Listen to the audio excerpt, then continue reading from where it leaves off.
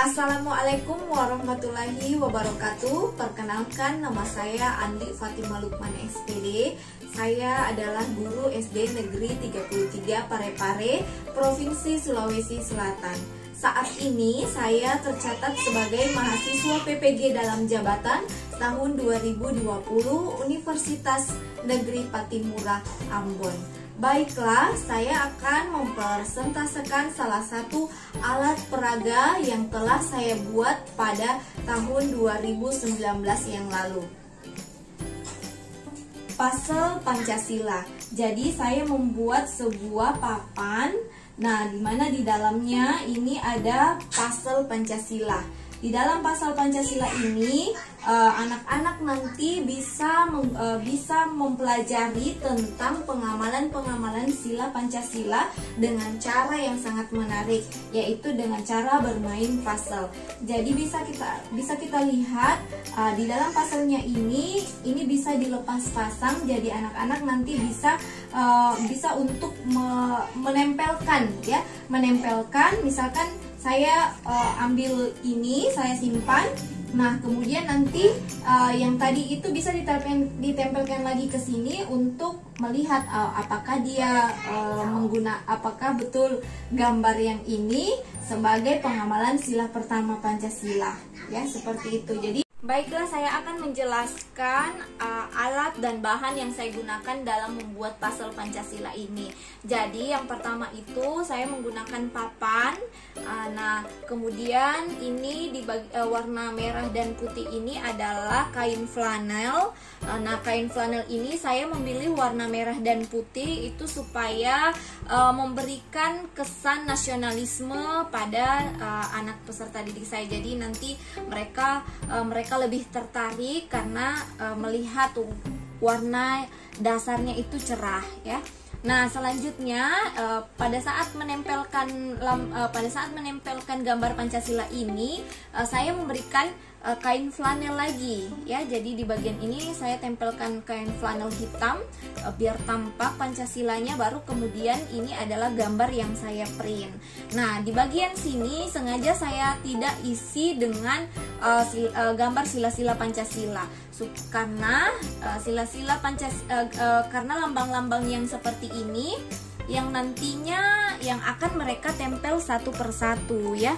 Nah, saya jelaskan sedikit untuk gambar-gambar sila Pancasila ini saya laminating, ya. Saya laminating, gunting, baru kemudian laminating, dan saya berikan perekat, ya. Di bagian sini saya berikan perekat supaya memudahkan peserta didik untuk menempelkan nanti ke dalam sini. Jadi mereka akan menempelkan gambar sila-silanya ini, lambang-lambang Pancasilanya ini agar mudah tertempel, dan saya juga laminating biar nanti ini bisa digunakan dalam waktu yang cukup lama, ya, karena ini insya Allah awet. Ini bisa dilihat ini agak keras, jadi bisa dipakai berulang-ulang kali, ya, tidak hanya sekali pakai. Jadi untuk ini saya tempelkan ke sini. Jadi ada 5 gambar lambang sila-sila Pancasila. Nanti mereka akan menempelkannya di sini, ya, menempelkannya di sini. Nah, ya, kita berpindah ke sisi kanan dari papan puzzle Pancasila ini. Jadi kalian bisa lihat bahwa di bagian ini saya print ini lambang sila Pancasila ini. Jadi tetap, ya, saya laminating, kemudian saya tempelkan perekat di sini. Nah, ini nanti bisa dipakai sesuka hati kita. Jadi misalkan ini kita lepaskan dari papan ini. Nah, kita lepaskan. Nah, permainannya, jadi nanti anak-anak akan menempelkan, ya. Jadi nanti mereka akan melihat, oh, gambar yang ini, orang yang sementara sholat ini termasuk ketuhanan yang Maha Esa. Nanti mereka akan memilih di sini. Nah, mereka akan memilih lambang mana yang cocok, ya. lambang yang mana yang cocok. Misalkan gambar pohon beringin. Nah, misalkan dia ambil gambar pohon beringin, nanti dia menempelkannya di sini, ya. Berarti ini lambangnya pohon beringin, silanya Persatuan Indonesia. Kemudian ini adalah gambar-gambar contoh pengamalan sila ketiga Pancasila, yaitu bekerja sama, bermain bersama, gotong royong tanpa membedakan suku bangsa. Seperti itu. Nah, ini nanti mereka bisa tempelkan sendiri sesuai dengan keinginan dari guru yang akan menggunakan alat peraga ini. Nah, bisa juga kita menempelkannya secara random, ya. Nah, secara random nanti mereka juga yang akan menyusun ini. Jadi ini bisa ditempelkan, nanti bisa diberikan bagaimana cara nanti bisa dijelaskan kepada peserta didik untuk menempelkan ini secara berurutan sesuai dengan urutan sila-sila Pancasilanya, seperti itu. Baiklah, saya akan menjelaskan. Jadi ini cara yang kedua ya yang bisa kita gunakan dalam memakai alat peraga papan pasal Pancasila ini. Nah, di sini kan ada gambar-gambar kegiatan yang mencerminkan sila-sila Pancasila. Itu nanti bisa dilepas. Bisa dilepas, baru nanti mereka akan menyusun kembali, ya. Jadi mereka akan menyusun kembali. Nah, misalkan ini gambar yang ini, nanti anak-anak melihat, oh gambar ini cocoknya dengan sila keberapa Pancasila, ya. Cocoknya dengan lambang yang mana yang sesuai dengan sila-sila Pancasila. Yang ini adalah gambar orang yang mengerjakan sholat, ya. Berarti ini termasuk ke dalam sila pertama Pancasila. Mereka akan menempelkannya di sini, ya. Dengan kegiatan ini itu anak-anak akan lebih mudah untuk mengingat bahwa kegiatan sholat itu termasuk dalam pengamalan sila pertama Pancasila, karena mereka langsung melakukan, ya. Mereka langsung menempelkan, baru kemudian mereka akan membaca silanya, sila pertama ketuhanan yang Maha Esa, baru kemudian mereka akan mengingat karena mereka melihat lambang sila pertama Pancasila. Selanjutnya ini kegiatan gotong royong, ya. Mereka juga nanti akan menempelkan sesuai dengan pengamalan sila-sila Pancasila. Saya akan menjelaskan cara lain yang dapat kita gunakan pada saat menggunakan alat peraga papan pasal Pancasila ini. Jadi anak-anak nanti akan memilih, ya. Jadi di dalam box ini mereka akan memilih gambar-gambar yang sesuai dengan pengamalan sila-sila pertama Pancasila. Jadi misalkan ini mereka akan pilih ini, ya. Nah, jadi ini ditempelkan. Misalkan menolong orang, ya. Kesusahan di sini. Nah, mereka bisa menempelkannya ini, ya, sesuai dengan pemahaman mereka tentang pengamalan sila-sila Pancasila.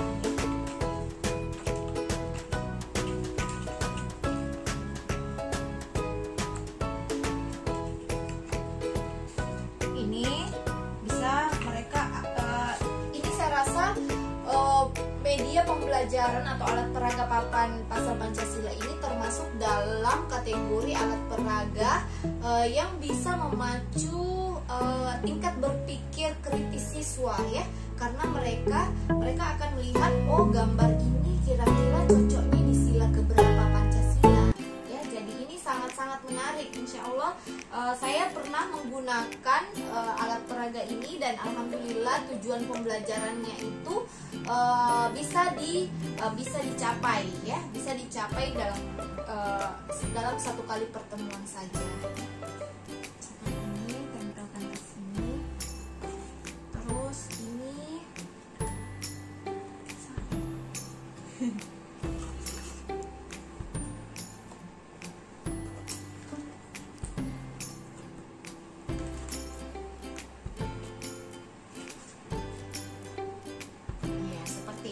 kira-kira. Seperti ini kira-kira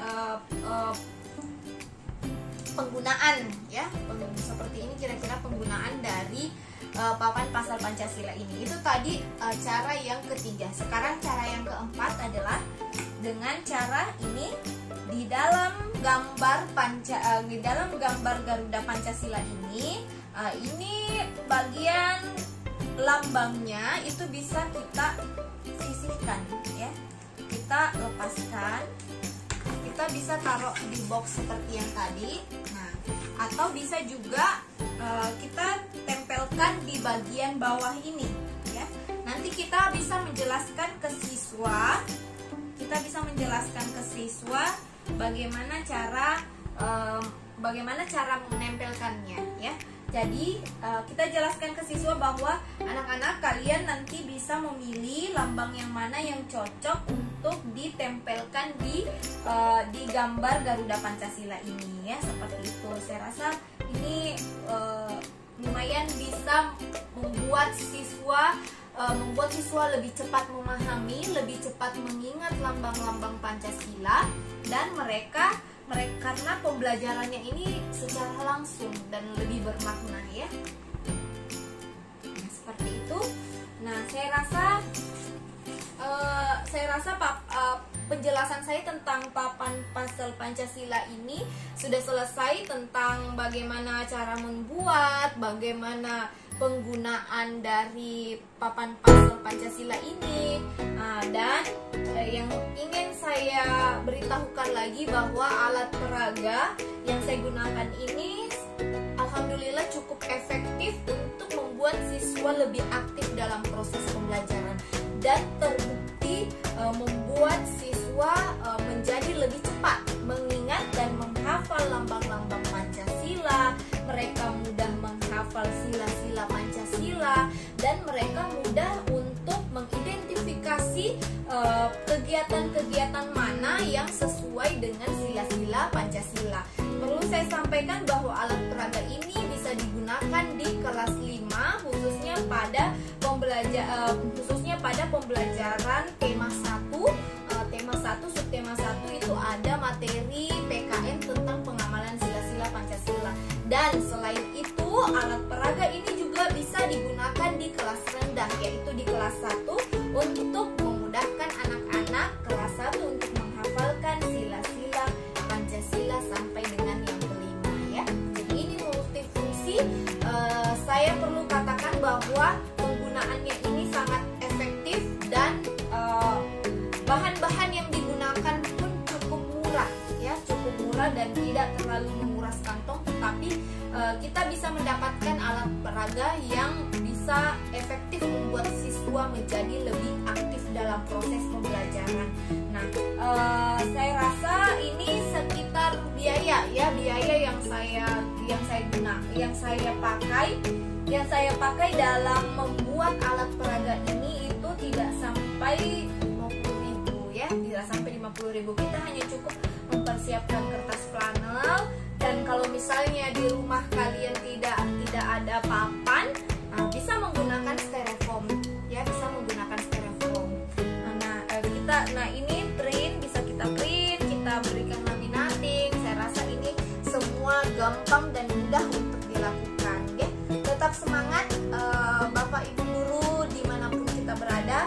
Kita sebagai pendidik harus mampu untuk memberikan sesuatu inovasi khususnya dalam menyalurkan materi-materi kepada siswa dan peserta didik kita ya. Jangan sampai kita hanya memberikan materi sila pertama ini materi berupa penghafalan tanpa mereka mengalami secara langsung. Apalagi kita ketahui bahwa anak-anak yang berada di usia 7 sampai 12 tahun yaitu usia SD, itu tahap perkembangannya sudah sampai di pra-operasional konkret. Jadi kita sebagai guru itu harus memberikan alat peraga yang sebisa mungkin bisa mengkonkretkan benda-benda agar mereka bisa langsung melihat secara langsung ya.